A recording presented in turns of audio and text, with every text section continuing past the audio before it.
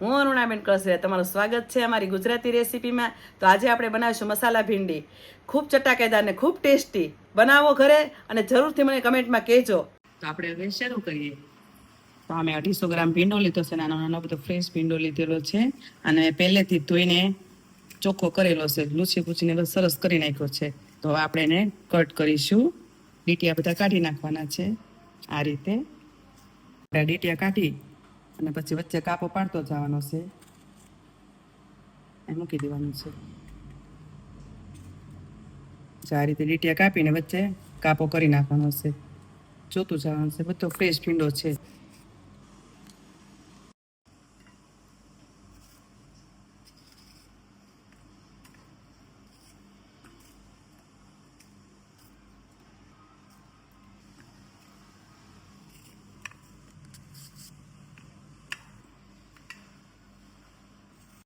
તો ભીંડી મસાલા બનાવવા માટે આપણે એટલી વસ્તુ લેવાની છે. તો ભીંડો આપણો કાપીને રેડી કરી નાખ્યો છે.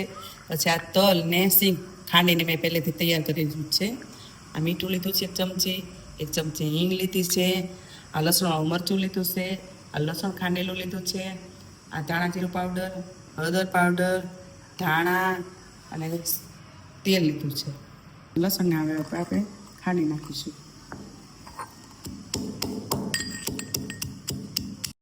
લસણ આપણે હવે ખાંડી લીધું છે.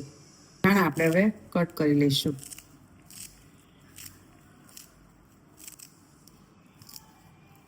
તો હવે આપણે ભીંડો ભરવા માટે બધો મસાલો તૈયાર કરવાનો છે. આ સિંગ તલનો ભૂકો લીધો છે, પછી 1/2 ચમચી જેટલું મીઠું લીધું છે, 1 ચમચી હળદર પાવડર લીધો છે, 1 ચમચી ધાણા જીરું પાવડર લીધો છે, થોડી હિંગ લીધી છે, લસણ ખાંડેલું હતું આપણે નાખી દેવાનું છે એની અંદર. લસણ મરચું હતું એ નાખી દેવાનું છે અંદર 2 ચમચી જેટલું. ધાણા કટ કરેલા હતા એ પણ નાખી દઈશું અંદર.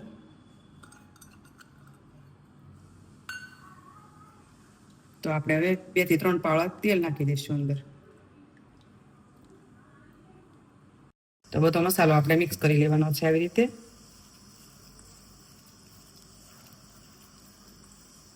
આ રીતે આપણે બધો ભીંડો ભરી લેવાનો છે. તો આ રીતે તવિયામાં બધું મૂકી દેવાનો છે ભીંડો ભરી.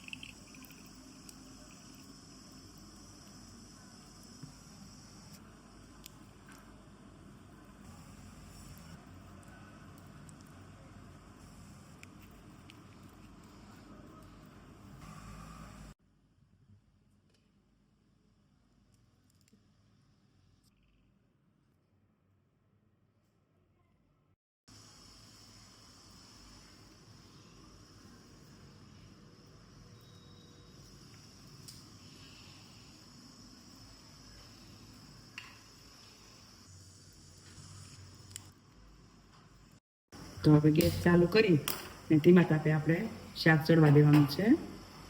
તો પાછું આપણે એની અંદર તેલ નાખવાનું છે થોડું.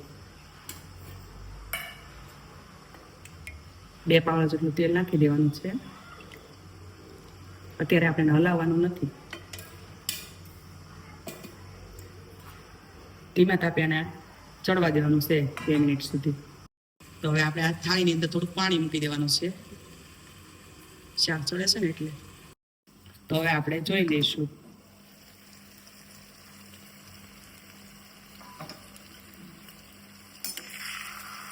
બધું હલાવી નાખવાનું છે બરાબર.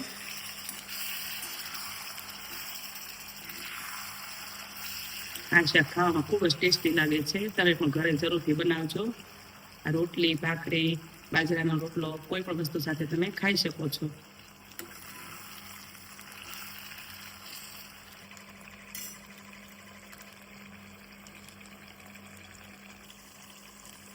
આપણે 2 મિનિટ માટે પાછું ઢાંકી દઈએ. તો હવે આપણે જોઈ લઈએ.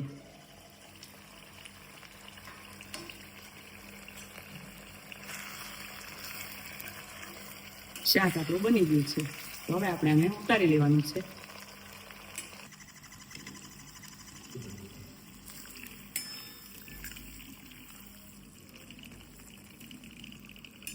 તો હવે આપણે કોથમીર નાખી દઈશું.